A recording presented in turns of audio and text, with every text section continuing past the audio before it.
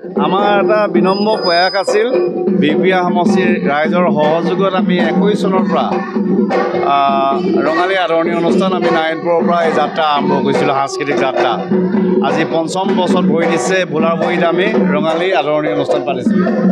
আৰু ৰঙালী আদৰণি অনুষ্ঠান আমাৰ ঐতিহ্য, যি পৰম্পৰা, যি ৰীতি নীতি, এইখিনি আমি নতুন চামৰ মাজত মিলাই দিবৰ বাবে আৰু বিভিন্ন জাতি জনগোষ্ঠীৰ মাজত সম্প্ৰীতি, সমন্বয়, সদ্ভাৱ, ইয়াৰ যি এনাজৰী, ইয়াৰ সাকু শক্তিশালী কৰিবৰ বাবে আজি আমি ভোলাবৰিত আজি ৰঙালী আদৰণি অনুষ্ঠানত আমাৰ জ্যেষ্ঠসকলক আমি সেৱা ধৰা আমি সুযোগ ল'লোঁ আৰু কনিষ্ঠসকলক এইখিনি উপভোগ কৰাৰ তেওঁলোকে সুযোগ পালে। আৰু একেলগতে আমাৰ ইয়াত যি জাতি জনগোষ্ঠী আছে তেওঁলোকক কৃষ্টি প্ৰদৰ্শন কৰি যিটো সমন্বয় আৰু যিটো সম্প্ৰীতি, এই ভাৱধাৰা অধিক শক্তিশালী কৰিবৰ কাৰণে আমাৰ যি প্ৰয়াস আছিল, সুন্দৰভাৱে ইয়াত আজি বিহু প্ৰদৰ্শন হৈছে, দেউৰী কৃষ্টি প্ৰদৰ্শন হৈছে, টাই কৃষ্টি প্ৰদৰ্শন হৈছে, মিচিং কৃষ্টি প্ৰদৰ্শন হৈছে, সকলো কৃষ্টি প্ৰদৰ্শন। আৰু সমাজখন যাতে বিচিত্ৰ এখন আমাৰ সমাজ, সাংস্কৃতিক এখন সমাজ আৰু গুৰুজনাৰ যি গুৰু সেৱা, যি ভকত সেৱা কৰা যি পৰিৱেশ, এই পৰিৱেশ আগলৈ আৰু আগবঢ়াই নিয়াৰ ক্ষেত্ৰত আমাৰ যি চিন্তা, যি সপোন আছিল, সেইধৰণে পঞ্চায়ত নিৰ্বাচনৰ ধামধুমীয়াৰ মাজতো আজি আমি ৰঙালী আদৰণি অনুষ্ঠান আজি এই ভোলাবৰিত আমি আয়োজন কৰিবলৈ পাই আৰু ৰাইজৰ যিটো অংশগ্ৰহণ আৰু স্বতঃস্ফূৰ্ত যিটো সঁহাৰি, তাৰ বাবে আমি আনন্দিত।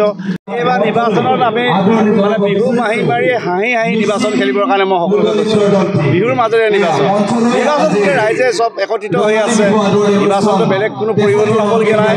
ভাৰতীয় জনতা পাৰ্টীক আমি যাতে এখন সুৰক্ষিত আৰু বিকশিত সমৃদ্ধিশালী ৰাইজৰ পঞ্চায়ত যাতে গঠন কৰিব পাৰোঁ, বিকশিত আৰু সুৰক্ষিত সমৃদ্ধিশালী ৰাইজৰ আদৰ্শ পঞ্চায়ত গঠন কৰিবৰ বাবে আমি ৰাইজকে দায়িত্ব দিছোঁ।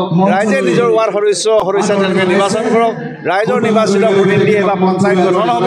আমি কেৱল আঞ্চলিক সদস্য আৰু জিলা পৰিষদত আমি দলৰ প্ৰতীক দিছোঁ আৰু আমাৰ আশাবাদী যে বিহপুৰীয়া সমষ্টিৰ যি বিকাশ আৰু সমন্বয় যাত্ৰাই ৰাইজক এক কৰি ৰাখিছে, এই যাত্ৰাই ৰাইজক আকৌ এক কৰি ৰাখিব।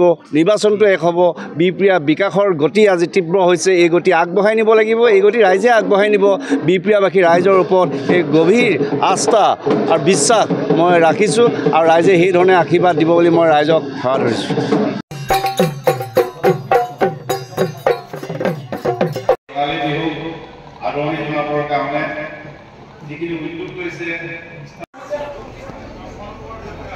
প্ৰতিগৰাকী বয়োজ্যেষ্ঠ ৰাজনীতি বিভিন্ন সাংস্কৃতিক অনুষ্ঠান আছে, তাৰ প্ৰাক্ষণত আমাৰ সন্মানীয় বিধায়ক মহোদয়ে প্ৰতিগৰাকী বয়োজ্যেষ্ঠ বিশিষ্ট ব্যক্তিৰ পৰা আশীষ গ্ৰহণ কৰিছে, আমালৈ আশীৰ্বাদ গ্ৰহণ কৰিছে।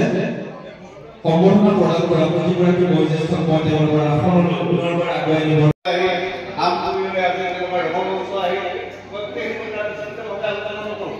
যিখিনি কথা চাৰিটা আজি এইবাৰ মঞ্চ বৃদ্ধি কৰাৰ ক্ষেত্ৰত কাম চলি আছে।